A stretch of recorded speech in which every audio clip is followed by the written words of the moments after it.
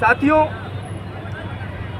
आज के इस प्रोटेस्ट के लिए हमने बावनवास के अंदर बसों की व्यवस्था करी थी, पोली के अंदर बसों की व्यवस्था करी थी।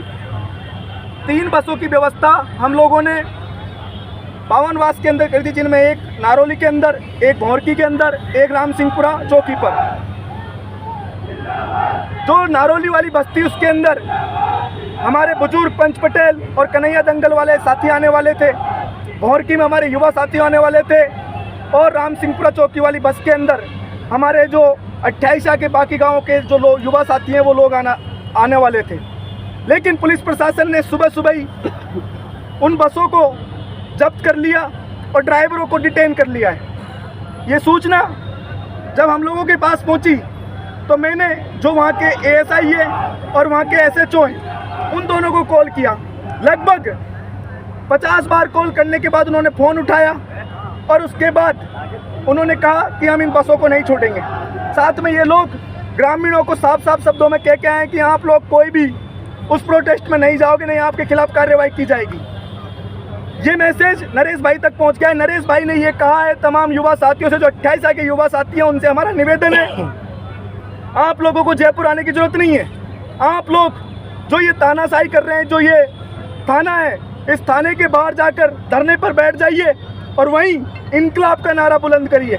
खुद को आप नरेश भाई समझिए कि आप खुद नरेश भाई हैं और इस लड़ाई को वहाँ से लड़ रहे हैं। और मैं ये पूछना चाहता हूँ पुलिस प्रशासन के लोगों से कि क्या इस देश के अंदर, इस लोकतंत्र के अंदर किसी भी धरने के अंदर जाना क्या गुनाह है? और जब आप लोग कह रहे हो कि गाड़ियों का कागज़ नहीं है, तो मैं आप लोगों से कह रहा हूँ कि पूरे राजस्थान प्रदेश की बसों की चेकिंग करिए और चेक करो कितनी गाड़ियों के कागज़ पूरे हैं। क्या आपको यही 3 गांवों की, जो गांवों के अंदर बस खड़ी थी, रोडों पे नहीं चल रही थी, क्या इन 3 ही गांवों की बस मिली जिनको आप ये कह रहे हैं कि उनके पास कागज़ नहीं है?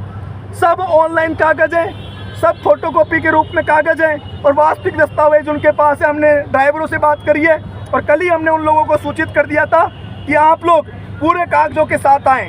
तो ये जो आपका बहाना है कि आप कह रहे हैं कि ड्राइवरों के पास कागज़ नहीं है और बसों के पूरे कागज़ नहीं है, ये बहाना नहीं चलेगा। हम आपसे साफ साफ शब्दों में कह रहे हैं कि आप लोग इन या तो बसों को आधे घंटे के अंदर रिलीज़ कर दीजिए। अभी तो धरना यहाँ चल रहा है, आने वाले दिनों में हम बाटोदा के बाहर भी प्रदर्शन करेंगे।